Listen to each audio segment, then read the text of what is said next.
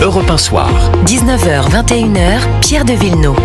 Invité de la première heure, Jules Torres, bonsoir. Bonsoir Pierre de Villeneuve. Journaliste politique au Journal du Dimanche. Bonsoir Sébastien Ligné. Bonsoir. Chef du service politique de Valeurs Actuelles. Et bonsoir à vous Sylvain Maillard. Bonsoir Pierre de Villeneuve. Merci d'être avec nous. Député EPR de Paris, Boualem-Sansal se voit requérir 10 ans de prison. Verdict jeudi prochain. La France a-t-elle perdu la main avec Alger ? C'est un réquisitoire terrible. Un procès, une mascarade de procès. Les services consulaires cherchent à pouvoir faire en sorte que ce soit qu'il ait une défense, qu'il puisse au moins se défendre, ce qui n'a pas été le cas, redit par son avocat. On voit bien qu'on est dans un bras de fer politique extrêmement fort. On le prend comme ça et on doit y répondre comme ça. Et on y répond également par une nouvelle tentative d'expulsion de l'influenceur Doualem ? Je ne sais pas si c'est lié l'un à l'autre, c'est des procédures différentes. En tout cas, nous y répondrons. Est-ce que vous ne pensez pas que les Algériens nous sommes dans un bras de fer avec les Algériens, dossier là-dedans ? Ou en tout cas, nous ici, il y a des procédures. Nous, c'est un état de droit et donc il y a une procédure.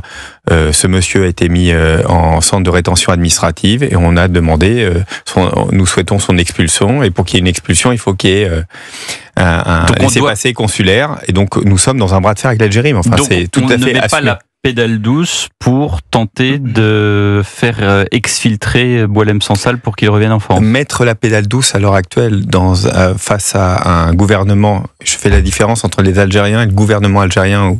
Non mais j'observe M. Barrot, le ministre des Affaires étrangères, qui continue à mettre le feu aux poudres, puisqu'ils veulent aussi faire en sorte de récupérer l'intégralité du patrimoine français en Algérie. On voit bien qu'il y a une fuite en avant des autorités algériennes actuelles.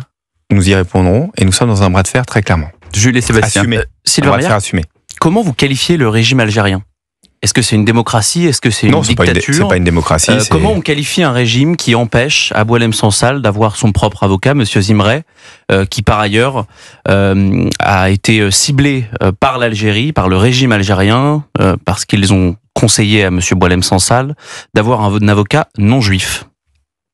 À travers le monde, l'immense majorité des pays ont des régimes qui ne sont pas des démocraties et avec lesquels nous devons travailler, avec lesquels nous devons avoir des relations diplomatiques.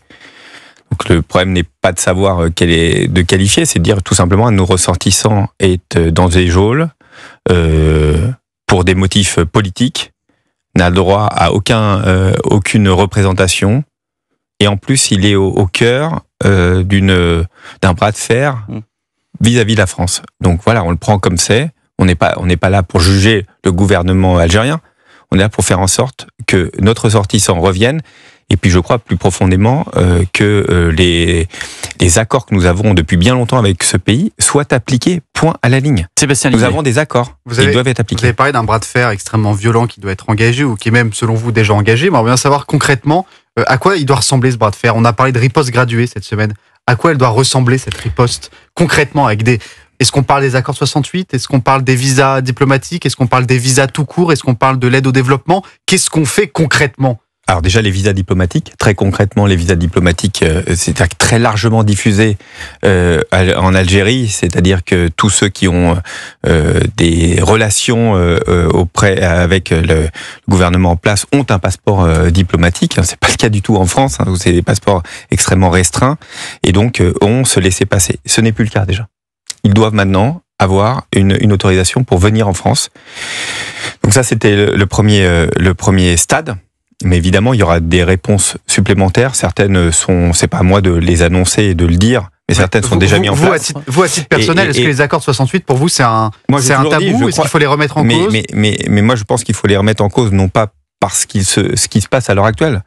J'étais d'accord avec Édouard Philippe quand il était aux affaires. D'ailleurs, il en avait parlé juste à sa sortie de Matignon. Dans l'Express. Oui, je pense qu'il faut les revoir, tout simplement. Il y a pas la vie est passée et qu'il faut faire en sorte d'avoir des accords classiques avec un pays avec lequel nous avons des relations. On a des relations avec le Maroc, avec la Tunisie, avec plein d'autres. Mais est-ce qu'on peut vraiment espérer remporter ce bras de fer quand on a un exécutif qui est près de la cacophonie, quand on a un ministre des Affaires étrangères qui va quasiment faire des mamours au régime algérien en allant à la rupture du jeûne à la Grande Mosquée de Paris, qui est une annexe aujourd'hui de l'Algérie, qu'on peut quasiment considérer comme une ambassade de l'Algérie. Est-ce que vraiment on peut remporter quand il y a toutes ces contradictions au sommet de l'État? Peut-être qu'il y est allé pour passer des messages aussi.